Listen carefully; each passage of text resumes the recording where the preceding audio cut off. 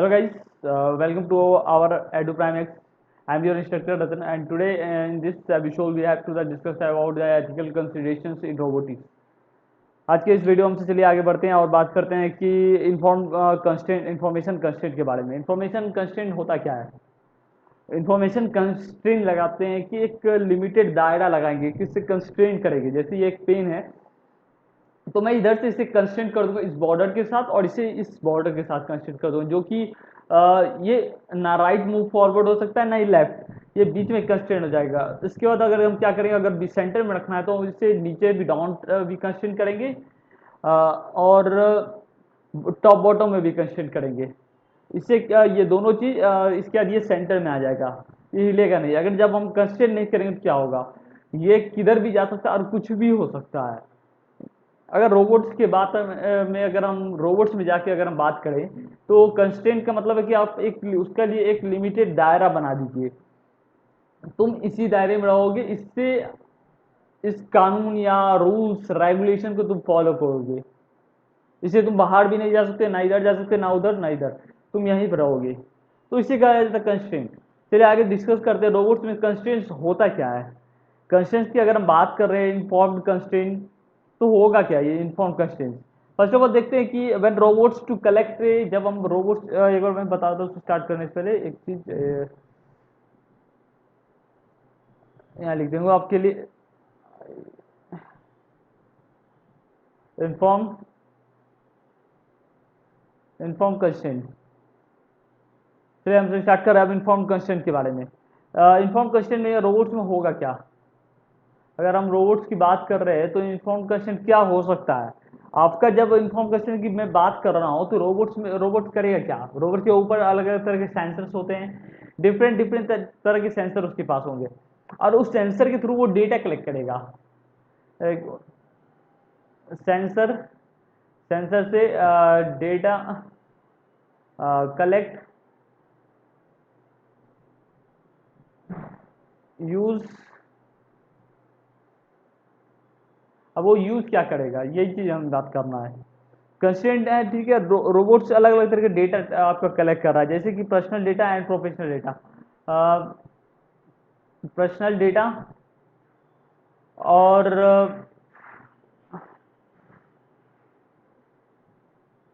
Professional professional data, दो तरह की ये डेटा कलेक्ट करेगा आपका। आपके साथ आपके घर में आपको वर्क कर रहा है तो रोबोट या और घर में वर्क कर रहा है या आपके साथ कहीं जा रहा है आपके साथ हर में साथ, वो पर्सनल डेटा होगी आपका कलेक्ट कर रहा है। पर्सनल आइडेंटिटी, आपका नाम, एड्रेस, कहाँ रह रहे हो, क्या कर रहे हो, ये सारा आपको पर्सनल डेटा में आ जाएगा। और प्रोफेशनल डेटा होगी आपकी कंपनी का वर्क, कंपनी में क्या काम चल रहा है, कंपनी का शेयर क्या है, शेयर वैल्यू क्या है, कंपनी में क्या क्या इंप्लॉय, कितने इंप्लॉय, ये सारा डेटा जब एआई के बेस पे आप रोबोट्स के बेस पे आप काम करवाते हो तो उस बेस को डेटा को बोलते हैं पर्सनल डेटा। ये दो तरह के डेटा कलेक्ट करेगा। तो इस डेटा में होगा क्या, इन्वॉल्व क्या क्या हो सकते हैं इन्वॉल्वमेंट्स, ऑब्टेनिंग इंफॉर्मेशन, क्या क्या तरह की इंफॉर्मेशन कंस्ट्रेंट ये करेगा। इंश्योर हमें करना होगा कि यूजर इस चीज को अंडरस्टैंड करे, इसे समझे, including that there the interactions with the robots. जब यूजर्स रोबोट के साथ इंटरेक्ट करेगा रोबोट्स,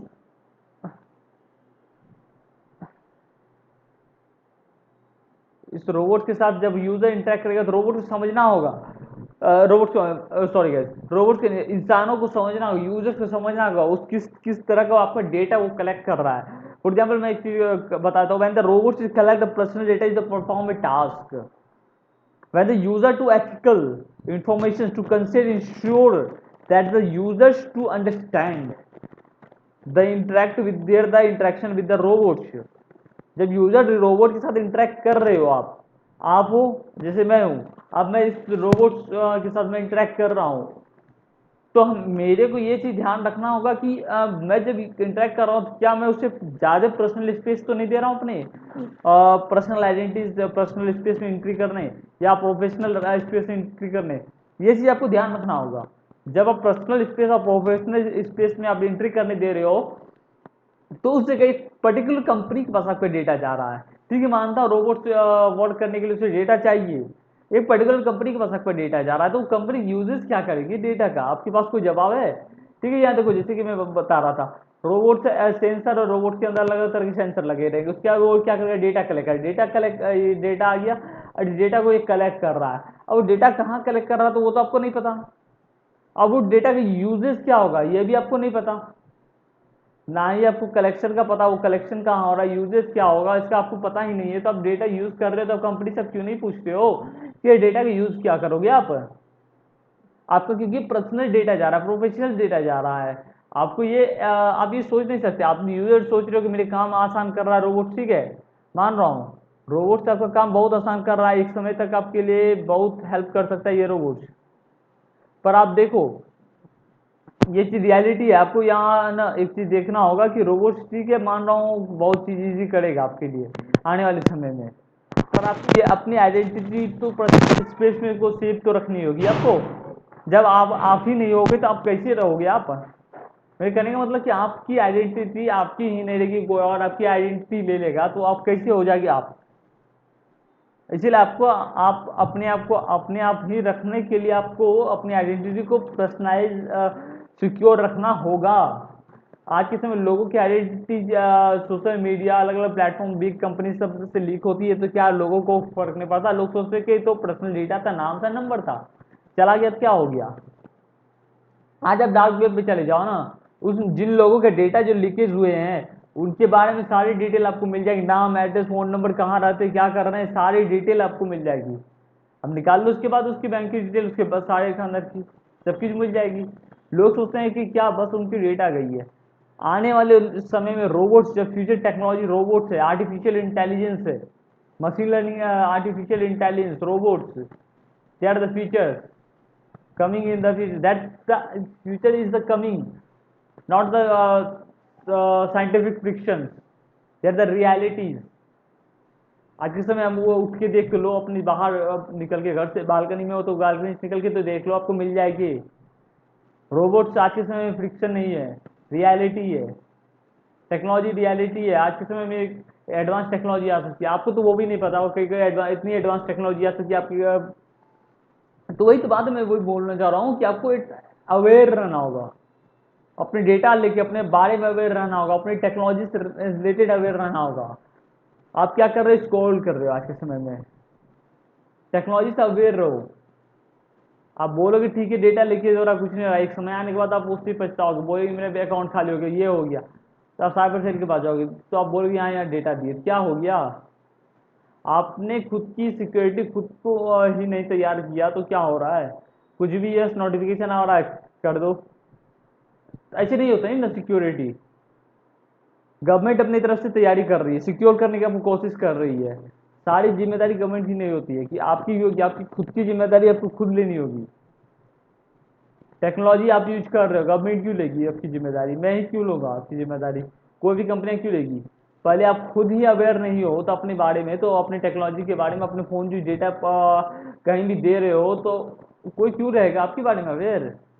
ये तो मेरे को बता दो, कमेंट करके बता दो आप मेरे को अभी भी, आपके पास इसकी भी जवाब नहीं होगी। तो वही मैं बोलना चाह रहा हूँ, आपको खुद को पहले अपने डेटा को सिक्योर करना होगा, बाद में किसी के ऊपर दोष लगा सकते हैं गवर्नमेंट ये काम नहीं करी, वो नहीं करी, वो नहीं कर रहा। दैट्स अब वो सेकंड पॉइंट, थर्ड पॉइंट है। पहले खुद की प्रायोरिटी आपको खुद लेनी होगी। इस जग में आए हो तो आपकी खुद की जिम्मेदारी है कि अपने माल की जिम्मेदारी आपको खुद को ही लेनी होगी, दूसरे कोई। आप देखते हो जग में आने के साथ इंसान आता है एकदम हंसते हुए, जब जाएगा रोड रुलाते हुए जाता है। तो आपकी खुद की माल की जिम्मेदारी है ना आपको खुद लेनी होगी, क्या आप आए तो क्या यहाँ लेके और क्या लेके जाओगे, वही बात है। आए हो तो जो चीज उसकी जिम्मेदारी आपको खुद लेनी है, कोई आपकी जिम्मेदारी नहीं लेगा। First priority you have to your, जिम्मेदारी आपको खुद लेनी पड़ेगी। डेटा हो, लाइफ में हो, कोई भी चीज में आपको जिम्मेदारी आपकी खुद लेनी होगी। लोगों के भरोसे जिंदगी नहीं चलती। चलिए आगे बढ़ते हैं, ये तो बहुत बड़ी बात, कुछ बात नहीं है, चलिए आगे बढ़ रहे हैं। इसके बाद अब बात करते हैं कि डिफिनेशन, थोड़ी सी डिफिनेशन जान लेते हैं। इसके बाद अगर जिससे भी याद रखना है, बेसिक इन्फॉर्मेशन दे देता हूँ, बेसिक अंडरस्टैंडिंग रहेगा, डिफाइन करता हूँ छोटे शब्दों में। Inform that the constant either refers to the ethical practices obtaining that the permissions individually, that's to collect individual person that will collect your data, collect the data and personal data, जो भी आपके personal data वो collect कर रहे हैं, तो and performing the task there the benefit, उसका क्या यूजेज होगा, क्या टास्क होगा, आपको बेनिफिट क्या होगा, ये आपको अवेयर होना होगा अपने डेटा लेके। अभी के समय तो कुछ नहीं है डेटा लेके, आने वाले समय में आप देखना जब technology, robots, artificial intelligence, robots आएंगे, हर घर में मिलेंगे, हर ऑफिस में मिलेंगे, आज के समय तो कई रेस्टोरेंट भी यूज किया जा रहा है रोबोट, तब देखना डेटा का लीकेज क्या होता है। तब पॉलिसी अगर नहीं बनी रहेगी और खुद आप अवेयर नहीं रहोगे अपने डेटा के बारे में, तब बताना मेरे को, क्योंकि उस डेटा में आपको आपकी डेटा क्या क्या पर्सनल इंफॉर्मेशन जा रही है आपको नहीं पता। मैं एक सेशन रखूंगा वर्कशॉप जो मैं संडे को करता हूँ, संडे वाले वर्कशॉप में मैं आपको बताऊंगा इस बार कि डेटा की इंपॉर्टेंस क्या है, किस किस तरह के डेटा जांचते हैं आपके, और किस डेटा का क्या अनएथिकल यूजेस हो सकते हैं, आपको क्यों डेटा को अपने प्रायोरिटाइज रखना होगा। इन सब चीज़ों पर मैं बात करूंगा इस संडे, आपसे जुड़ जाइएगा, लिंक डिस्क्रिप्शन में दे दूंगा। संडे में इस वर्कशॉप में मैं यही बात करूंगा, डेटा को आपको प्रायोरिटाइज देना हो, क्योंकि आने वाले समय आर्टिफिशियल इंटेलिजेंस, रोबोटिक्स का, क्योंकि आपको पता नहीं रहेगा वो डेटा कहाँ इन्फॉर्म हो रहा है, स्टोर हो रहा है, क्या उस डेटा को सिक्योर रखा जा रहा है कि ना। अगर लीकेज हो रहा है तो क्योंकि आपको बहुत पर्सनल डेटा होगा, क्योंकि रोबोट आपके प्राइवेट स्पेस तक एंट्री कर लेगा, इसी स्पेस को मेंटेन आपको रखना पड़ेगा, क्योंकि बड़ी बड़ी कंपनियों के पास डेटा रहेगा। आपको इस डेटा को प्रायोरिटाइज नहीं करोगे तो पब्लिकली इन्फॉर्म मिलेगा आपका डेटा, सोशल मीडिया पे मिलेगा, हर जगह आपको मिलेगा, तब आप क्या करोगे आप, क्योंकि तो अभी के समय तो आप तो मेंटली, फिजिकली हो, मेंटली हो, इमोशनली हो, किसी तरह फिट नहीं हो, आप उस चीज को ना टैकल नहीं कर पाओगे। मैं डैम श्योर करके बोल रहा हूँ, लिख के ले लो, उस चीज को आप हैंडल नहीं कर पाओगे। कई कई सेलिब्रिटी सब होते हैं कि आज के समय देखोगे, शुरू में जब आए होते होंगे तो इतनी मिसबिहेव हो गया या उनके खिलाफ जो बातें बोला जाता सोशल मीडिया पे, या उनका डेटा फोटो का गलत यूज होता, तो टैकल नहीं कर पाते हैं। आने वाले समय धीरे धीरे वो अपने आप के ऊपर काम करते हैं, तब वो समझ पाते हैं कि हाँ अब मैं कर लूंगा, लोगों को बोलने दो जो बोलना है। इसीलिए सेल्फ अवेयर होना होगा आपको पहले, तब दुनिया जाए बाहर में, जो बोलना है बोल ले दो इसे, पहले खुद को बांटना होगा, तब तो कुछ भी हो जाए, डेटा लीक हो जाए, कुछ हो जाए, घंटा न फर्क पड़ेगा आपको, क्योंकि आज के समय तो आप अवेयर ही नहीं हो। आपके अगर डेटा आज के समय चला जाएगा, सोशल मीडिया में कुछ आपके खिलाफ पोस्ट हो जाएगा ना, आप रो नहीं लगोगे बैठ के, सुसाइड कर लोगे, कुछ भी कर लोगे, दैट नॉर्मल थिंग्स है लोगों के लिए करना। तो आपको जाने के बाद क्या होता है लोगों के बाद में तो उन्हें पता है, उन लोगों के वो आपके पीछे जो रहेंगे उनके ऊपर गुजरती है। तो दैट्स द प्रॉब्लम, आपको सेल्फ अवेयर रहना होगा, आपको खुद मेंटली फिजिकली फिट होना होगा, इमोशनली होना होगा, अगर यूज कर रहे हो तो, क्योंकि आपका कई घंटों आप स्पेंड कर रहे हो सोशल मीडिया पे, उसके बारे में आपको खुद के बारे में पहले अवेयर होना होगा, तब सोशल मीडिया पे ग्लैमरस लग्जरी लाइफ शो कीजिए। जो लाइफ देखते हो ना वो तो छलावा है और कुछ नहीं है वहां पे। चलो देखते हैं डेटा कलेक्शन, हम बात कर रहे थे डेटा कलेक्शन के ऊपर। डेटा कलेक्शन, डेटा कलेक्शन एक कंसर्न उठने वाला, आने वाले समय में एथिकल कंसर्न ही उठेगा कि क्या जब जैसे कि व्हेन द रोबोट से कलेक्ट द पर्सनल डेटा, आपको मैंने पहले अभी बताया था, रोबोट जो रहेगा वो कलेक्ट करेगा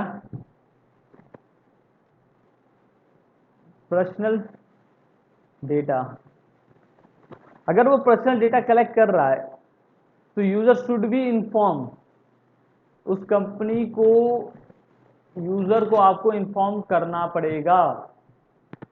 मेरा ये कहना है कि यूजर्स को वो इन्फॉर्म करे कि आपका इस डेटा हम कलेक्ट कर रहे हैं, but inform about this type of data. क्या चीज के लिए इन्फॉर्म करेगी वो कंपनियां, टाइप्स ऑफ डेटा, वो किस तरह का डेटा आपका कलेक्ट कर रही है वो कंपनियां, आपको वो चीजें वो इन्फॉर्म करेगी। And purpose of the data, purpose of data, और वो कंपनियां उस डेटा का यूज क्या करेगी वो भी आपको बताना होगा। तब ये जाके एक एथिकल वे हो सकता है कि रोबोट से यूज करना आपके लिए भी, उन कंपनियों के लिए भी। दैट्स इलीगल है। तो अगर वो नहीं बता रही है कंपनियां कि डेटा वो जो कलेक्ट कर रही है आपका, और किस तरह का डेटा कलेक्ट कर रही है और उस डेटा का क्या यूजेस करेगी, ये नहीं बता रही है, दैट्स नॉट फेयर। ये चीज आपको पूछना होगा। जब भी आप रोबोट परचेज कर रहे हो, कई मिलियन डॉलर दे के आप परचेज करते हो, तो रोबोट को यूजेस करते हो, तो डेटा आपको कलेक्ट करेगी। रोबोट्स, अगर किसी कंपनियों को इंप्रूव करना है, रोबोट्स और ह्यूमनॉइड रोबोट बनाना है जो आज के समय चल रहा है रेस, तो उसे डेटा चाहिए होगा। अब पर वो कंपनी से आपको पूछना होगा डेटा किस तरह का दे दिया, कंपनियों को जानकारी देना होगा यूजर्स को कि आप जो डेटा यूज रोबोट लोगों का कर रहे हो, यूजर्स का डेटा कलेक्ट, पर्सनल डेटा, तो यूजर से आपको बताना होगा और किस किस तरह का आप डेटा कलेक्ट कर रहे हो और डेटा का क्या यूजेस करोगे उस यूजर्स का डेटा का, how the data will be use, inform आपको करना होगा लोगों को। नहीं तो that are not fair in the, आप बोल दोगे कि ठीक है मैं डेटा कलेक्ट कर रहा हूँ, या आगे से नहीं तो लोगों को खुद को नहीं पता रहता उनका डेटा भी कलेक्ट हो रहा है। तो मैं एक बात यही मैं बोलूंगा कि collection of the data, data collection is the not bad things. आज भी आपका डेटा कलेक्ट हो रहा है, क्या आप छोड़ दोगे सोशल मीडिया यूज करना? टेक्नोलॉजी के साथ, टेक्नोलॉजी अभी इंप्रूवमेंट होगा, डेटा के बेस पे होगा, जितना उसे डेटा मिलेगा, और हर टेक्नोलॉजी में रिवॉल्यूशन आएगी और आपको उससे भागना नहीं है, उसके साथ देख के चलना है, तभी आप आगे बढ़ सकते हो। आगे बढ़ने के लिए आपको टेक्नोलॉजी चाहिए होगी, टेक्नोलॉजी के साथ साथ आपको चलना पड़ेगा, नहीं तो आप चल नहीं पाओगे आगे। That's the reality. अगला हम सब बात करेंगे, जैसे कि हमसे बात करने वाले next things we have to discuss is about task performance.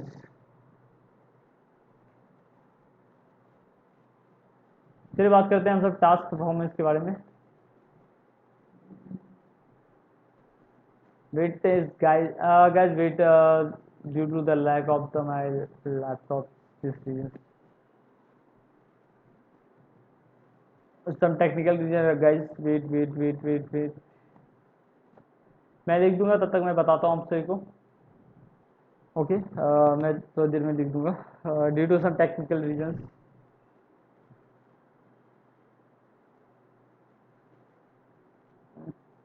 Task performance होता क्या है? टास्क परफॉर्मेंस मतलब कि बेटर तरीके से वो रोबोट, आपका रोबोट जो रहेगा वो बेटर तरीके से टास्क किस तरह से करेगा, उस चीज को टास्क परफॉर्मेंस बोलते हैं। जैसे कि robot the perform the task, जब आपके लिए रोबोट से एक टास्क काम वर्क करेगा आपके लिए, तो आप चाहोगे कि आप किसी इंसान को जो रखोगे उससे बेटर वो टास्क करके दे और कम समय में करके दे, that is the task performance. तो इसे चाहने के लिए that the on the behalf of the users individually should be aware of the task, उस यूजर्स को अवेयर रहना होगा उस टास्क से रिलेटेड, जो भी टास्क आप रोबोट से करा रहे हो उस टास्क से रिलेटेड आपको अवेयर होना होगा।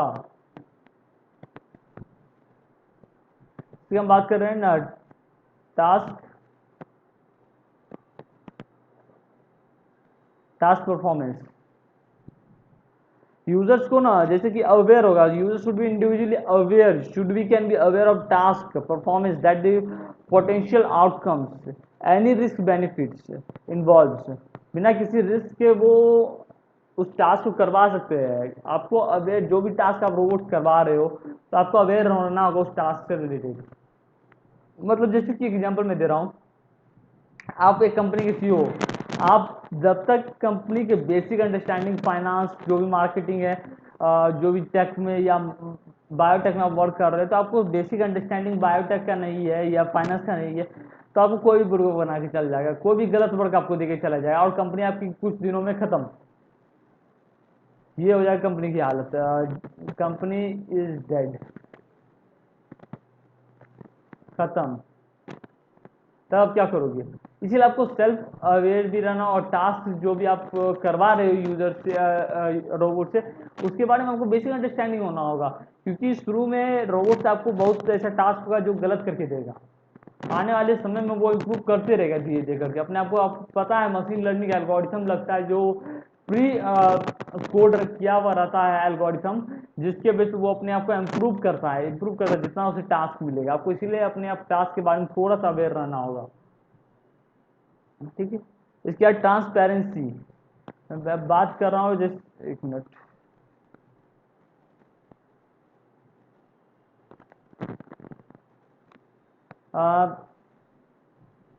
क्या हो गया गाइस, अब क्या हो गया ये, हाँ ये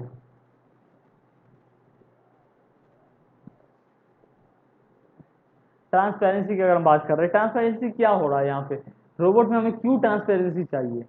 जब देखो एथिकल कंसिडरेशन यहाँ प्रायोरिटाइज हो रहा है कि transparency is the robot to users to interact the users.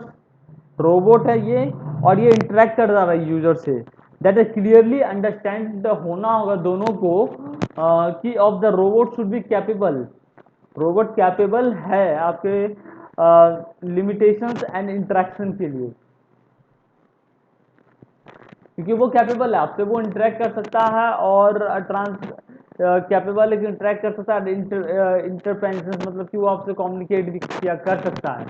तो अपने अपने सेंसर के थ्रू वो करेगा ना, आपको अवेयर रहना होगा और ट्रांसपेरेंट होना होगा यहाँ पे।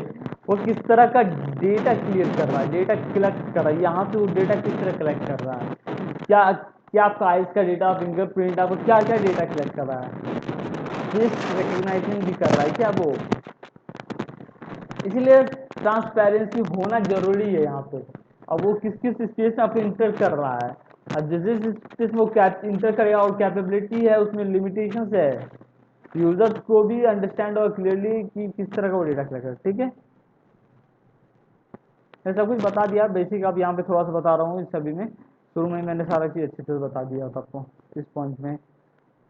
यूजर्स कंट्रोल, क्यों हम बोल रहे हैं कि यूजर्स के हाथ में कंट्रोल होना चाहिए, पर क्या पॉसिबल है। आप सोच के देखो, रोबोट्स में मशीन में पॉसिबल था, पहले डंप मशीन आते जिसे हम सब बोलते हैं डंप मशीन, उससे पॉसिबल था, पर रोबोट से ये चीज़ पॉसिबल नहीं है।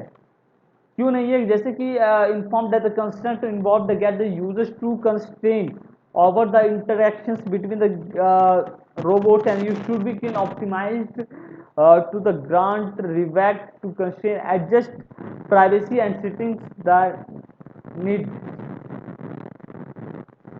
देखो आपको प्राइवेसी भी तो छीनेगी यहाँ पे, यूजर्स कंट्रोल इसलिए करना होगा आपको, द इंटरेक्ट द रोबोट, आप यूजर्स रोबोट से इंटरेक्ट कर ऑप्टिमाइज द ग्रांट तो लेना होगा, टू कंस्टेंट एडजस्ट करना होगा प्राइवेसी को, and sitting then the needed. Users के हाथ में कंट्रोल होगा, क्योंकि होना चाहिए, क्योंकि आप यूजर से डेटा कलेक्ट हो रहा है, मेन चीज सारा चीज घूम के आपको डेटा पे आएगा यहाँ पे, constant all the things robot से आपको डेटा पे ही आएगा। और क्या रोबोट हार्मफुल हो सकता है, इस डेटा पे भी आएगा, क्योंकि मेन चीज डेटा ही है रोबोट्स में, इसी कंस्टेंट पे आएगा आपको घूम के, कितना भी आप कर लो।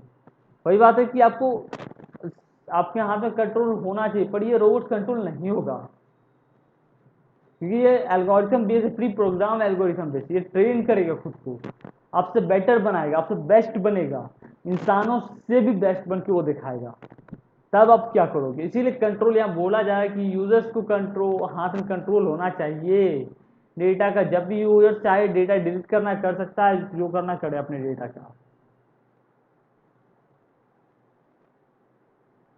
एंड constraints for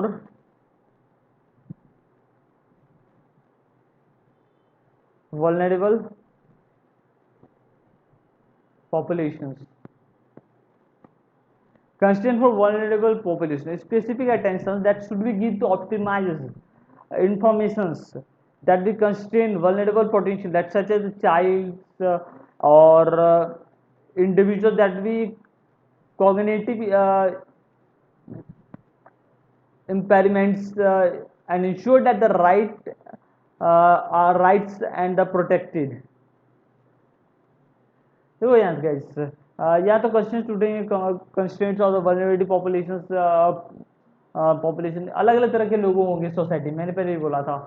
हर तरह के लोगों से मिलेगा रोबोट, हर तरह के लोगों से इंटरेक्ट करेगा, हर तरह के डेटा कंसिडर करेगा और वो अपने आप को उस तरह से इम्प्रूव करेगा। और एक चीज़ ध्यान रखना, वल्नरेबल सकता है, आपको उस तरह के देखना होगा चाइल्ड, क्या आप चाइल्ड के साथ रोबोट को शुरू के फेज में क्या आप अलग छोड़ रहे नहीं हो छोड़ना होगा, क्योंकि वो चाइल्ड का बिहेवियर अडेप्ट कर लेगा, शायद चाइल्ड के लिए हार्मफुल भी हो सकता है, कुछ भी हो सकता है।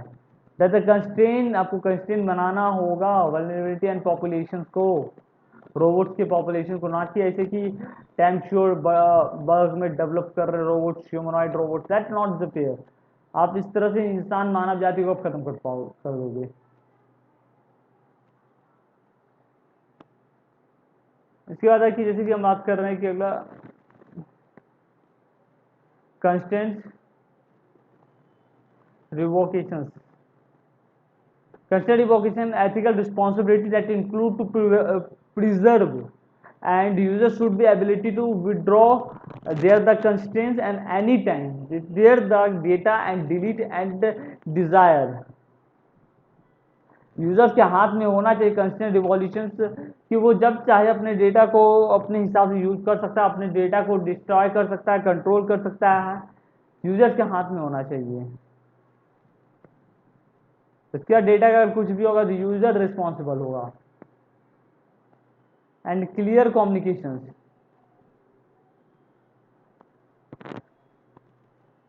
Clear communication, there the language should be used, robot या जो भी लैंग्वेज यूज कर रहे हो that we exploit to interact, that the robots to interact the should be clearly access and any users to understand, कोई भी users understand कर सकता है उस रोबोट का लैंग्वेज को, हमारा लैंग्वेज वो रोबोट बोले और अंडरस्टैंड करे, और हम सब रोबोट का भी उस लैंग्वेज को अंडरस्टैंड करें, ना कि रोबोट को रोबोट और रोबोट अपने आप में डिफरेंट लैंग्वेज बात करे और हम सबसे अलग लैंग्वेज बात करें, that is not the fair.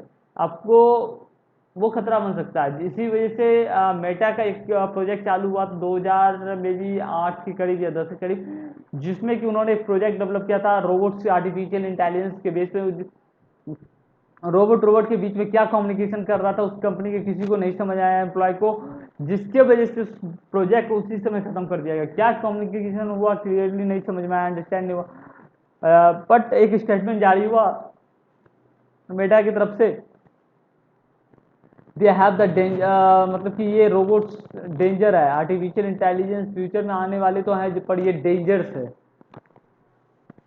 हाल ही में एक इंटरव्यू में इलॉन मस्क ने भी जिक्र किया है कि robots are the dangers.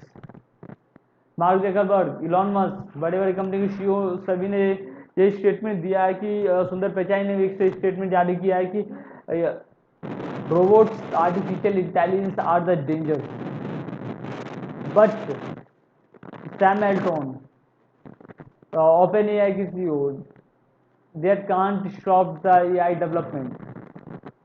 Every day we have to update the artificial intelligence। आप तो बूम आ चुका artificial intelligence, they are China second 2008 दो में इससे डेवलप कर रहा है। चाइना के पास एक संस्था ऑर्गेनाइजेशन है जो आर्टिफिशियल इंटेलिजेंस के ऊपर काम कर रही है 2002 से, जबकि इंडिया में स्मार्ट कंप्यूटर भी नहीं था, इंडिया के पास कंप्यूटर बनता भी नहीं था, बाहर से इंपोर्ट किया जाता था यूएस से कंप्यूटर। जो टीसीएस है, जो इन्फोसिस है, वो बाहर कंप्यूटर इंपोर्ट कराती थी इंडिया में। तभी समय चाइना आर्टिफिशियल इंटेलिजेंस पे एक ऑर्गेनाइजेशन बनाया, तभी से काम चल रही चाइना के ऊपर ऑर्गेनाइजेशन आर्टिफिशियल इंटेलिजेंस के ऊपर, सोच सकते हैं। But robots are the dangerous, why are the robots are danger, but इस कोड को परस्यू करते हैं, बताऊंगा, आगे चलेंगे बात करेंगे क्यों डेंजरस कहा जा रहा है रोबोट्स को। आर्टिफिशियल इंटेलिजेंस और रोबोट्स क्यों डेंजरस है, दोनों आर सेम, क्यों डेंजरस है। पर I hope you can guys enjoy this video and ये अगर कोई भी कंफ्यूजन हो और कहीं भी दिक्कत हो रहा है तो आप सब कमेंट करके मुझे बताइए। आपका दोस्त आपके साथ खड़ा है, आपके लिए और भी बेटर वीडियो लाएगा और आपके लिए और भी इसी तरीके से समझाने की कोशिश करेगा आपके लिए एनिमेटेड वीडियो भी लाने वाला हूँ, और बेटर अंडरस्टैंडिंग के न्यू एडवांस टेक्नोलॉजी के बेस टेक्नोलॉजी पे आपके लिए जल्दी आने वाले हैं आपसे वीडियो। उस वीडियो में आप सब सीखिएगा। आने फर्स्ट वीडियो हमारा होने वाला है एक बेबी पे है, प्रोजेक्ट्स जैसे कि क्या था, एक्टो एक्टोलाइफ, हमारा फर्स्ट वीडियो आने वाला है जो animated based clearly graphic based होगा एक्टो लाइफ पे। जल्दी आने वाला video advance artificial intelligence technology based है, उस टेक्नोलॉजी को देखिए। आपसे वीडियो जो भी आएगा अलग से एक टेक्नोलॉजी बेस्ड पे, एडवांस टेक्नोलॉजी बेस्ड पे आपके लिए वीडियो लाऊंगा जो आप टेक्नोलॉजी के बारे में अपडेटेड रहें। आपको कहीं जाना ना पड़े, एडवांस टेक्नोलॉजी के बारे में आप हमारे चैनल से ही सीख सकते हैं। टेक्नोलॉजी और बिजनेसेस के लिए अपडेट रहें और लाइफ के में ग्रो करने के लिए हमारे लिए इस चैनल को सब्सक्राइब कर लीजिए और बेल आइकन को भी क्लिक करिए। आप अगर इस वीडियो में आपको कुछ भी इंटरेस्टिंग सा लगा एक लाइक भी दे दीजिएगा, इससे मोटिवेशन आता है गाइस। Thank you guys.